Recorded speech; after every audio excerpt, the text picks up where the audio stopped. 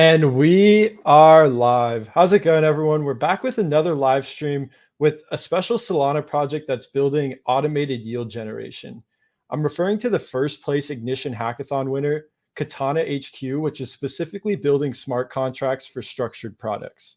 So there's a lot going on here. I know we've had some projects that are building structured projects in the past, but luckily enough, we have Ayush Menon, co-founder of Katana HQ, who is really going to break down, answer our questions, and explain structured products for us so we can understand it and really explain what they open up for the future. So just some background, Ayush notably came into crypto in March of 2021, started at DeFi Digital and was helping develop protocols such as Mars Protocol. And even before that, he has an education in computer science and economics at Harvard, from where he really just jumped into developing smart contracts, specifically on Rust. So enough intro there. I'll just jump right into it and we'll hear from Ayush. How's it going, man? Awesome. Yeah, great. Thanks for having me, Greg. Yeah, amazing to have you on. And just to start, I mean, I know I gave a brief intro on what Katana is. You maybe want to summarize that in your words, what you're building and even what the goal is behind Katana. Sure. Yeah. So at a high level, like our goal is simplifying yield generation for retail. And the way in which we do that is we generate yield that's not tied to liquidity mining rewards. So it's arguably a more sustainable source of yield that's tied to price action that scales a lot better. And the way that we generate that yield is through automated option strategies and packaging them up into vaults, where the benefit is the user only interfaces with deposit withdraw, and they get access to whatever the underlying option strategy is.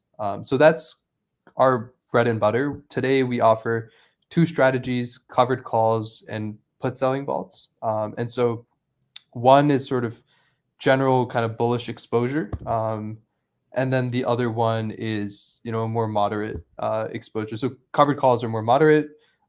Cash secured puts are generally like a bullish strategy. And so our end goal is really to cater to the full suite of risk preferences. And so offering different structured products for pretty much all retail use cases. And so we're just core contributors to this broader protocol. And the end state is that, there's a large community of contributors and users and protocols that build on top of this as well. So that's just, I guess the Katana in a nutshell. Yeah, that's awesome. And there's a couple different ways I want to go from here. We'll definitely touch a little bit more on the structured products. I think you did a great job of explaining those in general. I'm curious about the team's background. I know you guys started off as a small team, I think just you and your co-founder. Have you guys done any expansion yet? How has it been working in a small team? And has there been challenges to expansion? Yeah, no, I think it's a great question. And for us, we're still two people. So myself and my co-founder, Eric, and we're both engineers. We both, like moving fast. And I think small team enables you to do just that, where there's very little operational overhead and you're able to do a lot on the engineering side.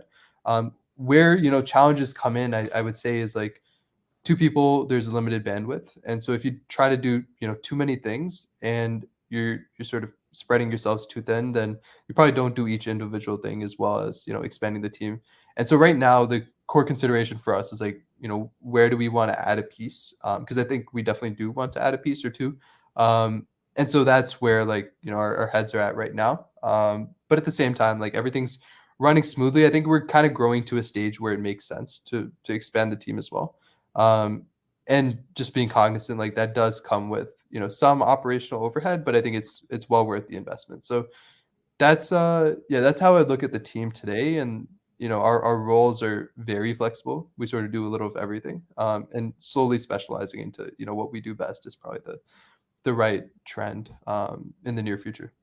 Yeah, that's awesome to hear. I also think it's notable to think about the pace or who you're adding on. You don't want to just instantly start scaling up. I mean, I was watching a video yesterday, just in general, talking about startups and how it can be a mess when you really start to add too many employees too quick. And I've definitely had people on here that are like, oh, we're building so fast, we're racing to this number of team members. So it's interesting to have you come and point out the benefits of, okay, we do have a 2-person team, we're limited bandwidth, but it makes us allows us to easily make decisions, pivot, and you guys are definitely looking to expand, it sounds like. So fun little question there. Something I was also going to ask, just based on your introduction there, you mentioned how you guys are generating yield from the market using structured products.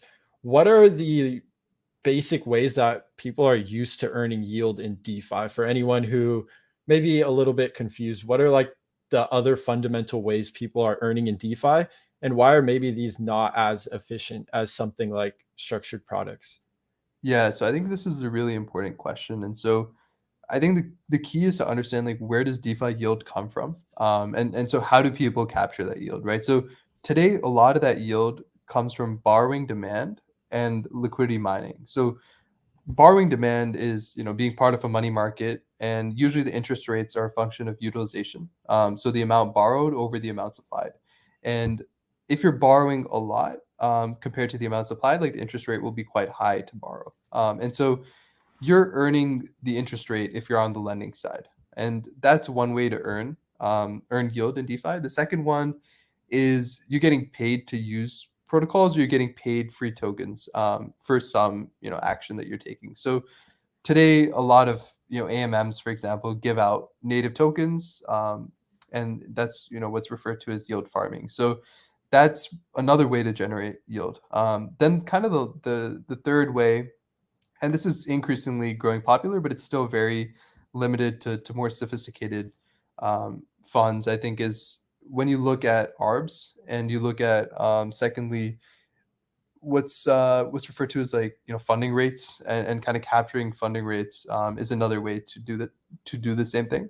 And then what we offer, what we bring to the table, is another sort of one of these sophisticated, pretty closed off strategies for the majority of retail, or it's like actually impossible for a lot of our assets for retail to execute themselves. But what we bring to the table is option strategies, automated and packaged into vaults. And so you're generating yield based on taking a market view and getting paid to take that market view. And so, of course, like, it's not free money. There are risks associated with each strategy. And the key is that, structured products look to satisfy the risk profile of the given investor. So covered calls satisfy a different risk profile than cash secured puts. And the broader Katana like goal is to offer, full suite of different risk products. So the user can kind of pick and choose wherever they kind of most align with. Yeah, that's awesome. And I think one of the big, or really the real differentiator there is most DeFi users are in some sort of liquidity pool, yield optimizer, where they are being incentivized with governance tokens, reward tokens. And this isn't necessarily sustainable once emissions start to dry up and run out. So that's really why I threw that question out there, to just lay this contrast in how the yield is being generated. It's not to say one is better than the worst, but the other one definitely relies on protocol token inflation. So that's something to think about there. And then you were starting to touch on the risk profile of the two structured products you guys offered, covered calls and cash secured puts. Do you want to touch on what users would want to use these for Mhm. specifically? And I think a really good way to explain these, I mean, you explained it in the beginning, is what are the risks of each position? What are they giving up in the sense of covered calls to the upside? And I'll kind of just let you take this away of what are the risks and why would they want to use these structured products? Yep. Yeah. So I think it's an important question. And cash secured puts, I guess, starting there, essentially what you're doing is just selling. Uh, you're sort of betting on upside, right? So you're just uniquely exposed to hoping the token stays above the strike. So for reference, you sort of select a price at which you're willing to purchase the given asset, and that's below kind of the current price, which means it's out of the money. But if the price of the asset falls below that strike, then it's considered in the money and it'll be exercised, and you're purchasing at a higher price than what the current market price is. So generally, you want the token there to strictly stay above the strike price. So it's a bullish strategy, and depending on where you select the strike, you can get more money for that option with a higher chance of being exercised, or you can get less money for the option with a lower chance of being exercised.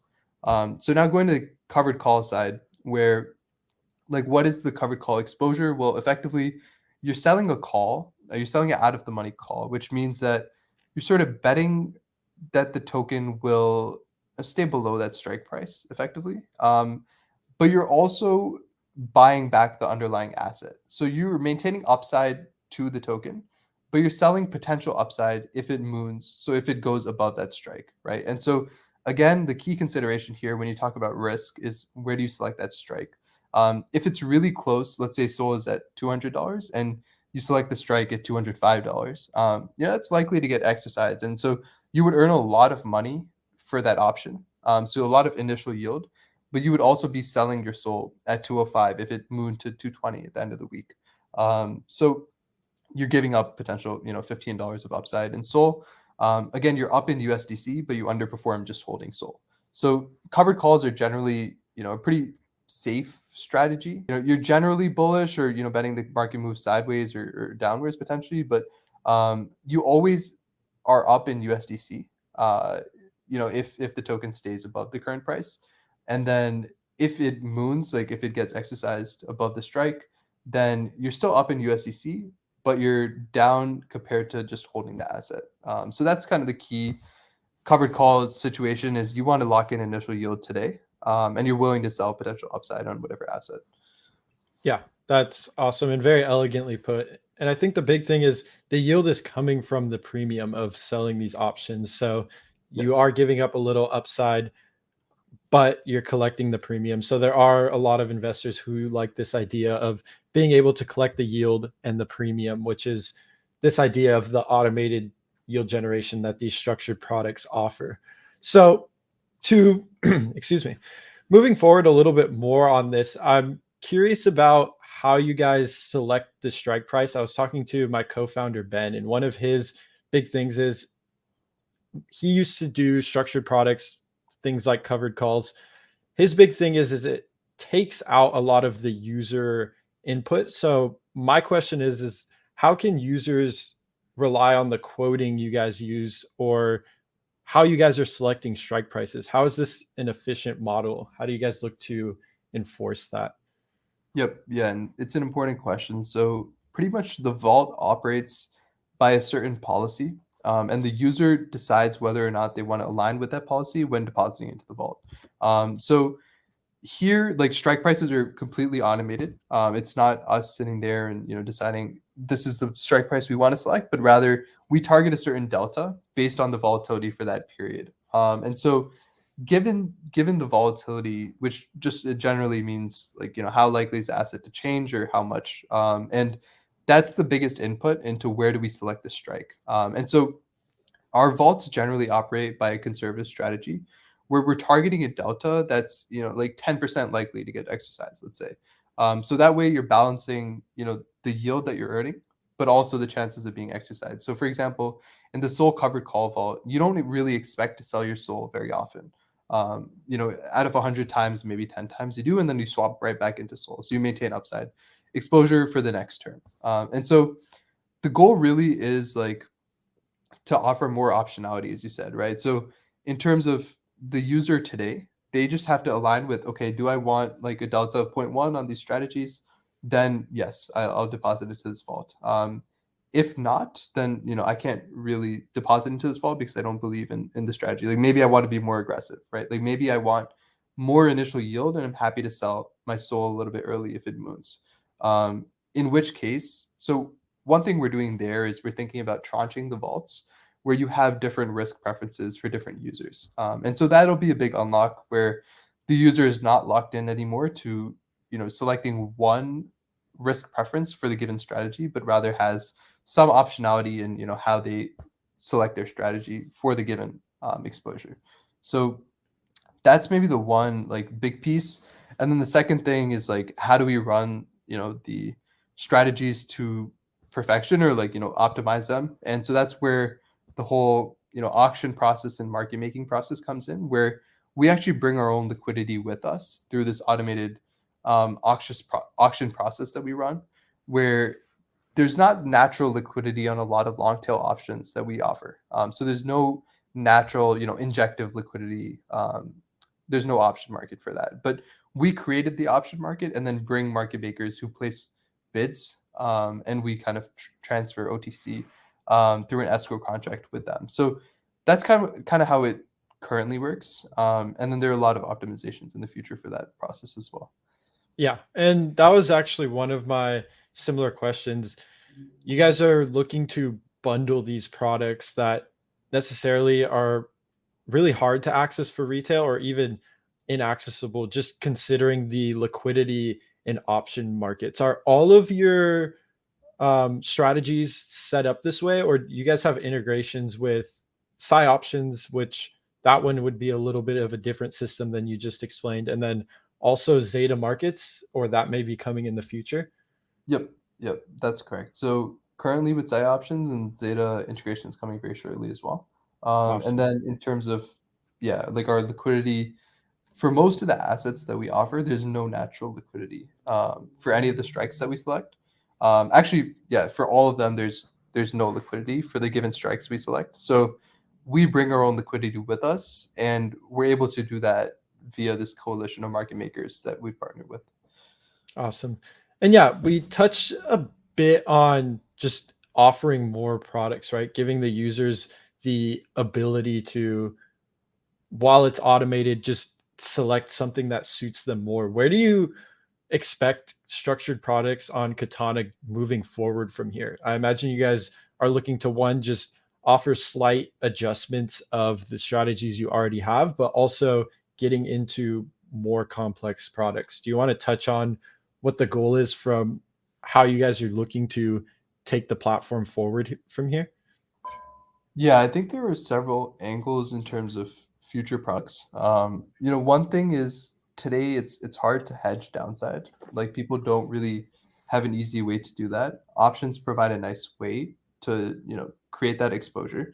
And so for us, thinking about what does retail not have access to today in an easy way, and packaging that strategy into a vault could be interesting. So different exposures like that, different ways to express market views, and you just package that into a vault and offer it. So I think for us, we're most concerned with what do the 80% of people want, and we'll do that first, and then the long tail stuff maybe we get to down the road, but I think it's really firstly like what is there a clear need for that today is very hard to do, and we build that first.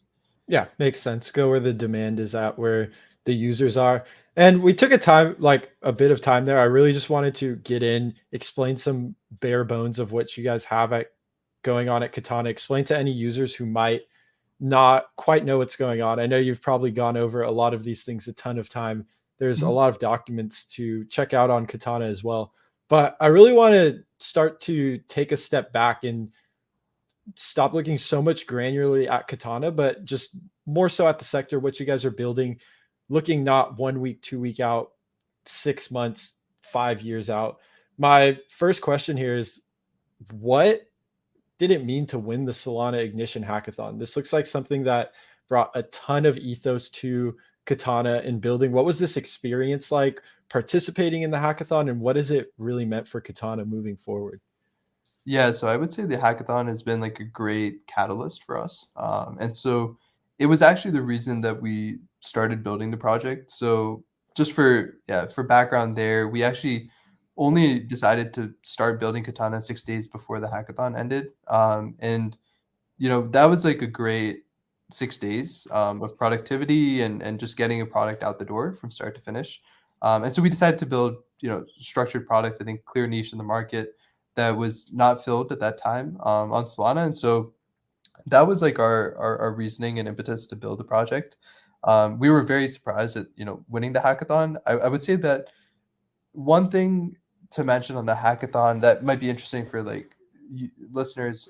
So I did the previous Solana hackathon, the Solana season hackathon, which is where I first got into Solana and Solana development. And back then it was very nascent. Like very few people. It was before the token had pumped, and like very few people, even cared about Solana. I built a project called Laguna Finance, which was an asset management ecosystem. And for that, we took a different approach, which is like try to do a lot of things. And we did like, liquid staking, we did automated vault strategies, and we did an advanced auto compounder, all for like, one hackathon. And we built the team, really big, like, 12 people, just like most of my friends for the course of the hackathon.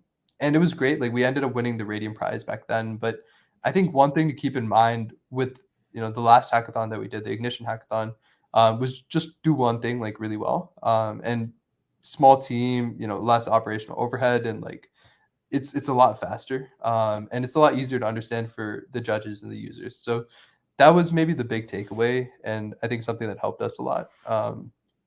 But Yeah. again, like I think the hackathon was very, very helpful in just bootstrapping the initial community exposure, and then looking to double down on that as we build out the full Katana product suite. Yeah, it's definitely awesome to hear. And I like that tangent that you went on, just talking about how you learned from this first experience. Okay, maybe it is easier if we really focus in and just make sure we're specialized on something. I felt a little bit of that at DeFi Direct, soon to be Web3Wire, our umbrella media publication. We got excited, started to think about, okay, why don't we start covering Avalanche, Phantom, Solana, Chronos? And then we got there and we really started to push these things out. And we're like, wait a minute, this is now 5 times the news. Do we have the bandwidth to do this? Is it going to make sense to bring on all these people instantly? And we took a step back, and now I'm personally like, okay, I'm really going to focus headfirst on Solana. So I definitely see similarities there. And Yep. just tying it back to the hackathon, that's an amazing accomplishment to get, and just really gets a lot of eyes on Katana and brings legitimacy to the project. To jump to my next question here, you guys do have a small team. I haven't seen too many, at least third-party audit services on Solana. Maybe you can shed some light on what you guys do in the sense of smart contract security, and also why we haven't seen so many smart contract risks or smart contract failures on Solana. Like, I don't know if I can even name one. I think there might be one small one, but curious for your input on that, Ayush. Yeah, I think it's interesting. Like a lot of it goes back to how nascent the Solana developer community is, and overall, how nascent Solana DeFi is. So I think two things there. Like number one, auditors are still getting ramped up, and so they're not a ton to sort of pick and choose from. And then secondly, there's not that much available open source, and so there's not that many examples to learn from. There's no open Zeppelin library. The framework is constantly changing. So there are a lot of variables there. Kind of to your point as to, why we've seen very few hacks or issues. I think it's number one that, a lot of people, like a lot of the black hat hackers haven't come yet. And maybe, Solana DeFi is still early. Like there's not that much money in it, but slowly, like wherever the demand goes, like they'll be there. And I think as an ecosystem, we just need to be prepared. And we have this nice like buffer period to really, solidify kind of our code bases, security practices, measures, etc. So that's the big thing. In terms of what we do, I think the number one is having some eyes on the code. So a lot of trusted developers in the ecosystem, went over the code or looking at it pretty thoroughly and picking it apart. For us, very thorough testing, almost being auditors in our own right. And then secondly, obviously, we have an audit scheduled as well, just to get that formal stamp of approval and formal verification process done. But I think the real goal here is mitigate risk where you can, but also keep in mind that everything in DeFi is truly experimental. There's no code that doesn't have bugs in it, and I think it's just try to identify bugs as quickly as possible, offer a bug bounty program so white hats get rewarded instead of black hat hackers, and then really just kind of strengthen the community together. Open Zeppelin type libraries would be amazing. Where today everyone's writing their own implementation from scratch, which obviously opens exponentially more areas of risk. So all of that to say, like, yeah, today Solana security is early, but I do think that we're moving in the right direction very quickly. Yeah, that's great to hear. And just as you said, this is a question I really ask in all of these podcast live streams that I do, just because it's very important. And it always just comes back to this idea that this is something that is existent in the space and you can't get around it. Like even these top audit firms have had numerous projects that have slipped through and had smart contract failure. So I think it's just important for users to understand and then also just hear from the side of a developer how to avoid these things, what we should be doing better. I'm curious, I'm no developer myself, but it seems like Anchor has helped out a ton in just building this general infrastructure. Is that a good tangent from here? Do you want to touch on that? Do you guys use Anchor? Just curious. Yeah, totally. I think, you hit the nail on the head. Like Anchor is a big part of the Solana developer ecosystem. It simplifies contract development considerably, and it is much easier to reason not only about contract logic but also security. And so overall, like, yeah, Anchor is fantastic. At the same time, it hasn't been audited just yet, and so just keeping in mind all the potential risk factors, like everything is vulnerable, and it's really about like reducing the vulnerabilities as much as you can. And so that's, yeah, my take on Anchor is like it's fantastic. It reduces the barrier to entry for new developers and makes current developers much faster. So overall, like, obviously we use Anchor. Would recommend any new developers to start with Anchor. It just makes things a lot easier. And then if there are certain performance issues or anything, I think, you know, like it's not necessarily performance issues, but some degrees of flexibility are minimized when you use Anchor. And if you need those types of things, then I think you can just contact Armani, and he tends to do things very quickly. And if it's not possible with an Anchor, like maybe there are certain use cases that you use the traditional Solana Rust, and that might make sense, for very extreme use cases. But for the majority of things, I think Anchor is like the perfect framework. Yeah. So to just build off this more, the more I talk to builders, developers in the Solana ecosystem, I feel like there's a very strong developer community. Like I know you've gotten this question a lot probably, but why Solana? And in general, it seems like you've been developing protocols in mainly Rust. Is it a lot? What are your thoughts on Rust versus EVM? I'll just leave it at that. Rust versus Solidity, and why Solana? I think those two questions definitely go hand in hand. Yeah, no, I think it's an interesting question and something I've wondered a lot about. So for me, my crypto journey was a little bit weird, where I actually started off building in Rust. So I started building on Terra, which is using CosmWasm, so like essentially Rust framework. And I never really, did too much development on Ethereum, so I don't have the perfect perspective there to, really do justice to the question. What I would say is, like, in terms of developer community on Solana, I think Rust is an advantage where there is more work to be done in order to, conceptually fork things that exist on ETH, and in that process, you can also try, improving certain levers. So I think that's a lot of Solana DeFi today, is taking over the primitives, but also looking at ways to improve them, even minimally. And then Rust itself is, a very loved language. People generally um, just like developing in it. And then there's a very strong developer community that's formed around Rust itself. So I think the other thing is Solana does a good job of, hackathons, like creating this community of people that are all developing together. And it's a very like like I shouldn't say open source, but like very collaborative environment, is what I would say. So there's a lot of work to be done. I think, it's still very short or small numbers in terms of developers on Solana who are building like mainnet products. And so I think that as that number grows, like the ecosystem grows with it. And Solana's goal overall seems to be like, let's get more and more people developing here, because if we do that, the chances of there being better projects are a lot higher. So I think that, yeah, with regards to EVM, I've done like some development on EVM. I would say that there's a lot more tooling, and there are a lot more examples on EVM and EVM compatible chains. And so we don't get those. And maybe there is like that degree of, just being very early to an ecosystem that people tend to bond together. And then over time, hopefully we build out, all the same tooling that the EVM chains have, and things get better from there. But that's kind of how I look at it, at least. Yeah, and it's really interesting asking this question because I'm very much watching from the outside. I'm not hands-on dealing with these things, but it really sounds like EVM is great in the sense that there's so many examples.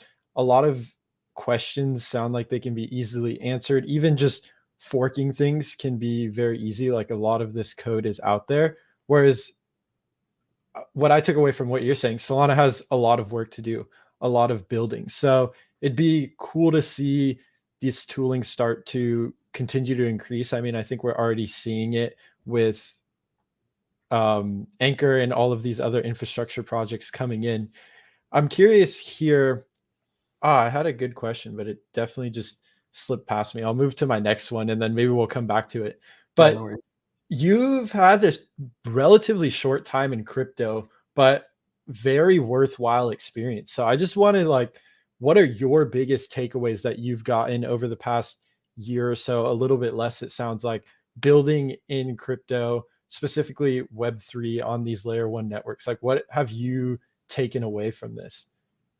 Yeah, so I think what interested me most about crypto initially, so just for background there, like I was mostly doing fintech and AI stuff previously. And crypto was like not a concept I knew about until March of last year. And I got intro to Delphi via a mutual friend, and just he was like, "Yeah, speak with these guys. Like they're doing some interesting stuff." And so spoke with the team there. They were just building out Delphi Labs, which is their incubation slash like project creation division. And for me, like as a developer, I was naturally being interested in fintech, like finance, technology, DeFi. Like finding out about that was like the perfect combination of my interests. And then I think secondly, like it's such an open playing field where nobody cares about age, credentials, anything else. It's just purely like what you can contribute to the ecosystem is like what you're going to get out of it. And for me, like that was like the perfect climate. So I jumped in, like was joined as founding engineer on Mars Protocol, which is a money market on Terra, and then over the course of like I think the last several months, I think the main learning has been like how just working harder, just being on top of things. Like the space moves so fast, and just staying on top of things is like a full-time job in and of itself. But at the same time, like how quickly there is progress. Like I think it's safe to say that today DeFi protocols are more robust than like back in March. And like for me, Terra ecosystem was just 2 projects back then, and like looking at it now, it's a whole blossomed ecosystem, and same with Solana actually. So I mean, I think it's just cool to see how fast things change, and that's kind of a function of it being very low barrier to entry. Like you're just writing code here, and you can sort of put it out with infinite scalability on these blockchains, or maybe not infinite scalability. Blockchains are, But that's working towards that. but yeah, hopefully one day they are. But Yeah, yeah, and I think there's something really interesting you said there that is easy in the sense that it's almost just show up every day and be motivated to work on what you're working on. You obviously have to be adding value of some sort, but a lot of it from my personal experience too just comes to showing up every day. Like staying on top of these things is really one of the biggest things. Everyone is building alongside around, everyone's learning at the same time, so showing up every day only increases your odds of learning what you need to do, building what you need. So I mean, it sounds super simple, but that's really what it comes down to. Like I've even told people who are looking to join our team, like if you're willing to show up every day or nearly every day, you'll probably fit in decently well. So yeah, I think that was cool to note. And before I jump to this question, I just wanted to add on. I don't know if there's too much of a question to pull out of this. Maybe there is. But just in the sense that you mentioned a lot that there's a lot of building left to do. I think that's really notable in the sense in the wake of the recent congestion. The fact that it almost seems like Solana is set up to okay, there are some sort of scalability issues. There's still massive compute going on in the network, but we're still in mainnet beta. It sounds like there's a lot more innovation to do, and Solana just has a really good framework groundwork, like using Rust and the team behind it really just looking to, okay, how can we continue to scale this? Do you have any thoughts or comments on that? That was just the tangent I had from the question before. Yeah, I mean, I totally agree, right? Like by nature of the chain effectively halted, yeah, there's a lot more to be done. And that's exciting, right? Like they've come so far, but there's so much more to go. And I think this is how like, things get better. Is like there's a problem and then they were able to solve it very quickly. And if we keep doing that over time, like you can imagine that the trend is trending in the right direction. And as you said, I think it's built upon certain trade-offs and ideals. That uniquely enable it to cater to retail, which is where I'm interested in building for. And for me, that's why we chose Solana, as like our base chain. So again, like I think a lot more to be done, and it's pretty incredible, how far they've come in such a short period of time as well. Definitely. And just to spin this a little bit, you threw out the term DeFi. I think it's fun, but it's very loaded right now in the sense that everyone wants to build DeFi, but how much decentralized finance is there really? What is your look on this? How do you guys look to achieve it, right? Because there's this balance. It's not like you're going to sit there and say, hey, look, here's this great idea we have. It's decentralized. You guys go build it. But how do you get from this step of you guys being core contributors, doing most of the things for Katana, to shifting it over to something more decentralized? How do you achieve this shift? Yeah, I think that's kind of the crux of where It's like DeFi. the golden question, right? Yeah, yeah, exactly. And so, our approach there is like the beauty of DeFi in its ideal state is that it is this community of contributors where there is no, core team by any means. It's just a broader coalition of people that are passionate about the project and incentivized to build upon it, right? So that's where, mechanism design comes into play. That's where developing a strong community of developers and contributors in the ecosystem comes into play. And like for us, the way we view it, like we're simply writing code that contributes to this larger protocol. So we're just one of many contributors. And the key is like designing the protocol's incentives such that people are well incentivized to contribute. And overall grow, like all stakeholders are incentivized to grow the protocol together. So that's how we look at it in terms of how do you truly decentralize everything.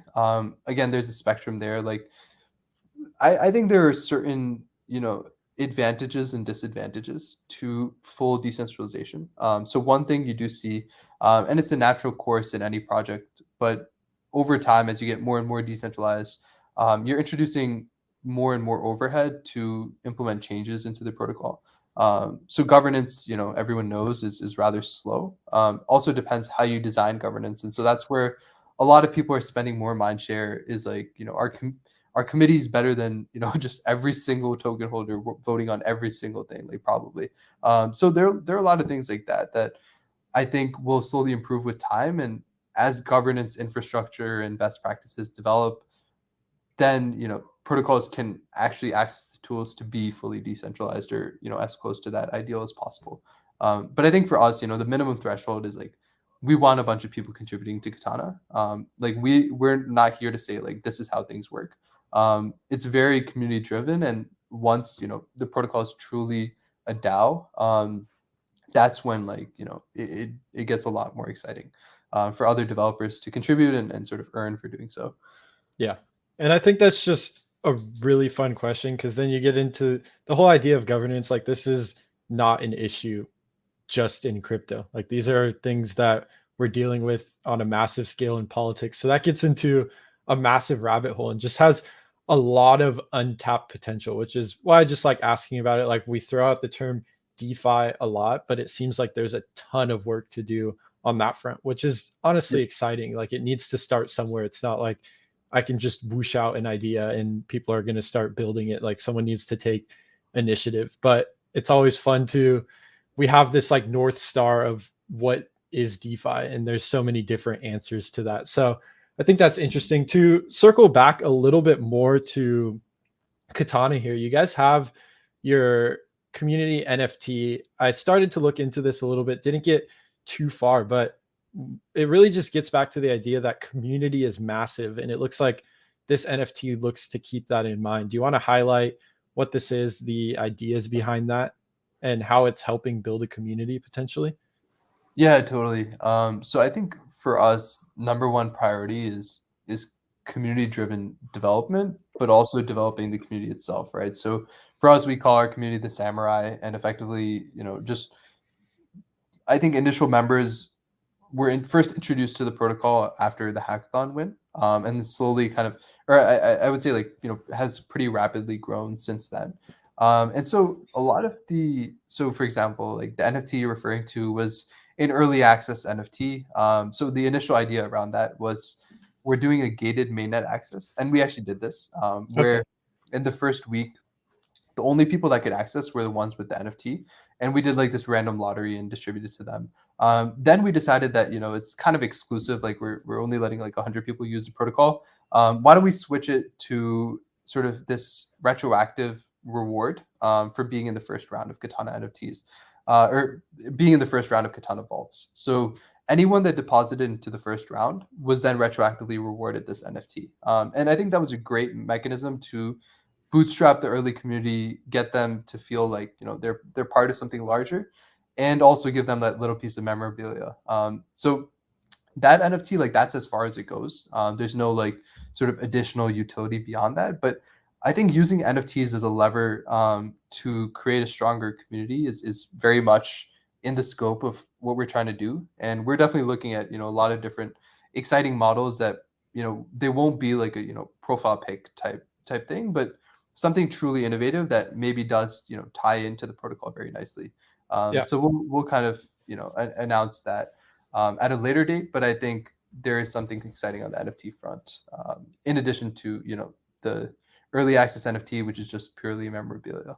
Yeah. And I think that the idea of it being purely memorabilia, it shouldn't go understated in the sense that it is a piece of history. It doesn't necessarily need to be this $1,000, $10,000, $100,000 NFT, but it is something like I was here when Katana was building early on. People value those things. We see it all the time, like even just sorts of memorabilia from sports games and of that manner. So I 100% agree. Even you don't have to make everyone in the community a millionaire. I mean, it's not possible, but tying in these incentives, rewarding the early people, even if it's just something like I was with Katana early, I think goes a long way for building the community. A lot of it doesn't need to be financial. And then it also sounds like you guys are looking to innovate more on that front. So it's exciting to keep going with this here on the idea of community education. You guys have been doing a ton of AMAs with projects in the ecosystem, Solen, Drift, Zeta Markets, Orca. What is the point of these AMAs? Is it to really start educating the community? And can we expect to see integrations to come out of these? I think the main idea behind this is really just education and getting more info out there. Yeah. Yeah, it's exactly that. Like, I think that's the number one consideration for our product and our sector, is that people don't understand these products, and that's maybe the huge limitation on size of the market. Firstly, but secondly, like I truly believe like these are valuable exposures to have access to, and currently people aren't fully comprehending it, and it's the sort of impetus is on us to you know educate the public, and be fully transparent about not only like what can you achieve, like it's not only 40% on your soul, but like what are the trade-offs, like obviously it's not free money, and so that's the consideration, like how do we properly communicate everything that exists within the protocol today, like why one would use it, what are the risks, how does it work, and so that's kind of what we cover in the AMAs, where we just kind of cross pollinate this knowledge across multiple communities. And I definitely want to do it in a more scalable fashion as well. So definitely looking to innovate not only on the product itself, but rather design, explainability, how we talk about it. Um, all those sides I think are equally important. Yeah. And I think you kind of answered this question here. This isn't something I particularly had, but I think it'll be fun to push a little bit further. You guys are looking to really bring a lot of this to retail. I know you also, there's a lot of different uses for structured products. Like it looks like Injective is using you guys for treasury management, and we can touch on that. But before we get there, you guys are looking to onboard a lot of retail. What other things? I know education is probably one of the biggest things, but what are some other ways you guys look to onboard retail? I mean, we have retail on Robinhood messing around with options, not necessarily structured products. How do you get these people onto the Solana blockchain? Like it seems like such a simple step for someone like you and I who have been on the chain, but how do you reduce this friction? Yeah, so I think there are two things there, right? Like one is the people that already use DeFi and the people that already use Solana, and trying to add them as users to our core user base.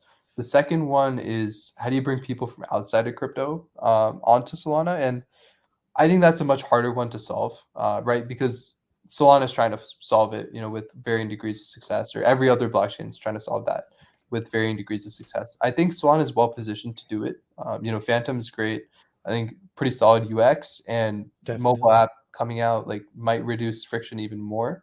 FTX is well positioned. It's a clear partner to Solana and clear onboarding channel, and you have folks like Alameda and Jump, like, keeping markets efficient in the Solana ecosystem. So there are a lot of pieces in place, and you're seeing a lot of institutional adoption as well. I think with retail, the sort of Trojan horse has been NFTs, and so Solana's pretty is done quite well. Like Metaplex has killed it in terms of catering to retail that can't afford gas fees or just doesn't want to pay those crazy gas fees on the popular ETH myths. So they come over to Solana, and there are a couple Solana projects that have done very well, like Solana Monkey Business and like a couple other OG ones. And there are new ones popping up every day. So I think in terms of how do we get normal retail, like outside of crypto into crypto and then onto Solana and then onto Katana, is a little bit of you know like long-term strategy for us.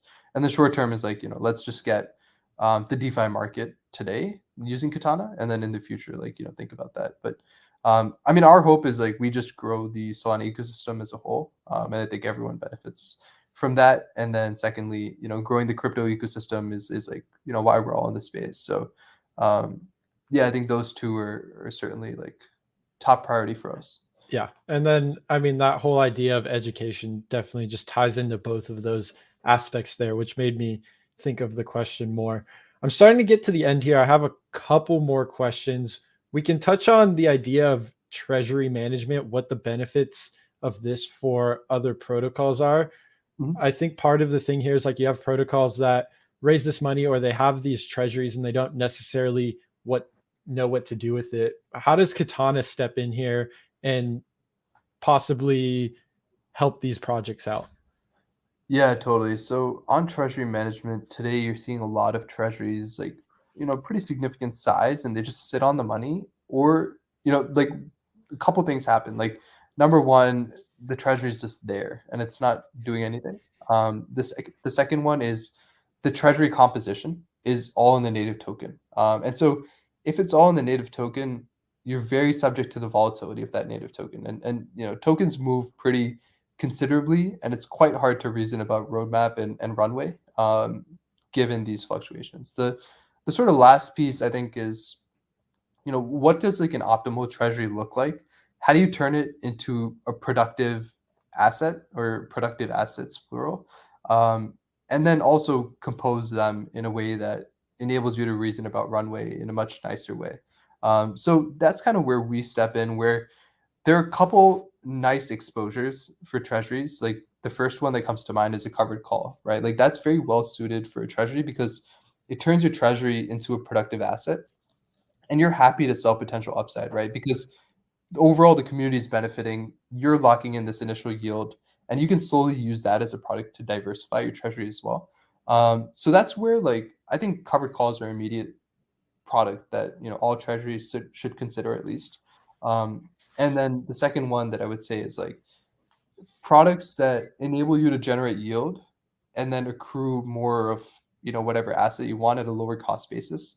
So that's another product that we offer. And the last one that we're thinking about or trying to gauge interest on is like slowly diversifying someone's treasury into stables as well. So that's kind of how we can support treasuries. It's very big focus for us, and I think it's a huge market in terms of not only DAOs and treasuries that exist today, but as DAOs and treasuries grow on Solana, I think there's a huge opportunity there. So we want to be like sort of the number one treasury management solution for these protocols, and I think offering the best suite of products to do so is a nice first step.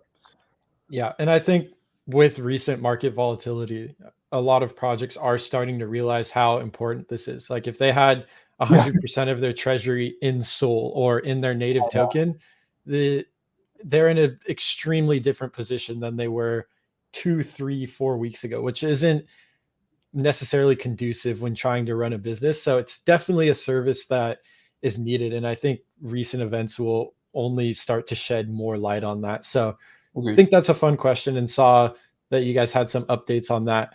Really, to wrap this up, I think this was a great conversation, but I just have a little two-part question. What are you most excited for coming up in Katana? And then what do you just want to see over the next 1 to 5 years happen in the Solana ecosystem in the DeFi Web3 sector? So a little two-part question there. Yeah, no, I think that's a great way to wrap things up. And so to answer the first part of that, for me with Katana, I think our goal from the start has been how do we simplify complex strategies into easy to use products? I don't think we're there yet. And there's a ton of work to be done, but that's what I'm most excited about, where a user can come onto our platform with no prior knowledge, understand everything about the product, and start using it immediately, and reducing all friction, all sort of hesitation or lack of knowledge, and providing everything in a very clean and easy and seamless user experience. Where historically, blockchain has done pretty poorly in that department. Slowly has gotten better with time, but overall, DeFi is not the perfect UX by any means. And so trying to innovate on that front and get there is like where I'm most passionate about, and what I'm most excited about for Katana. And then secondly, with like crypto or DeFi on Solana specifically, in 1 to 5 years, I think the real, you know, like just the ecosystem maturing. So you need like the developer stack to mature. You need smarter people, involved in looking at the stuff and tokenomics. And I think a lot of that has been overlooked. If you look at tokenomics on Solana, like it's not great. Like there's a lot of stuff like that I think just comes by nature of it being an early ecosystem, early adopters.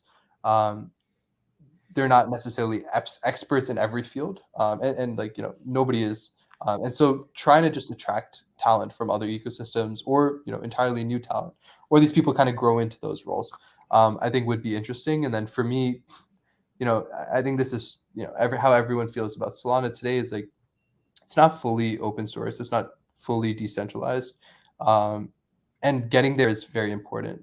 Like just the ethos of getting there is very important. So I think that's what we would like to see in like a year from now. Like if we came back and all the top protocols are open source, audited, there will inevitably be hacks, right? But at the same time, like good management of those, and people come back stronger, and the community comes back stronger for it.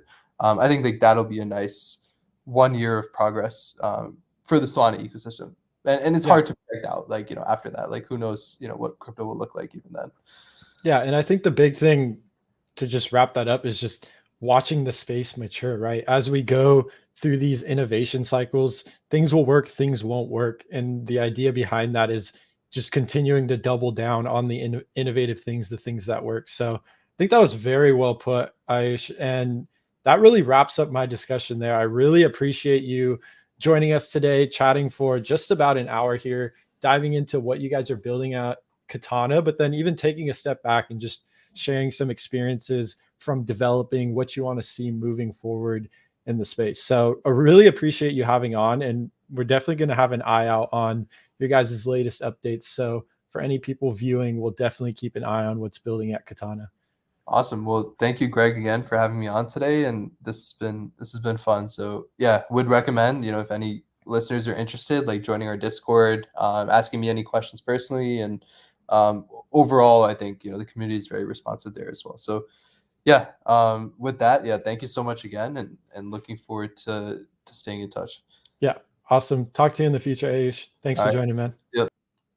Awesome. So that was great. I'm not going to talk too much more. We just had an hour-long discussion about what's building at Katana, where we see DeFi moving in the future. And I think there's just a few notable things. The talent coming to Solana and the fact that the ecosystem does have a lot of time to mature, but it seems like, or yeah, it has a lot of time to mature, but the stack that it's being built on has a lot of innovation. This is really only the groundworks, and it's just getting started from here is really what it seems to be as I talk to more builders and developers in the Solana ecosystem. So I'm really just going to leave it at that. If you guys like the video, go ahead and subscribe, like. I know some of you guys are on Twitter Periscope. We'd appreciate a retweet on the live stream. But other than that, I will catch you guys until next time. So peace out, everyone.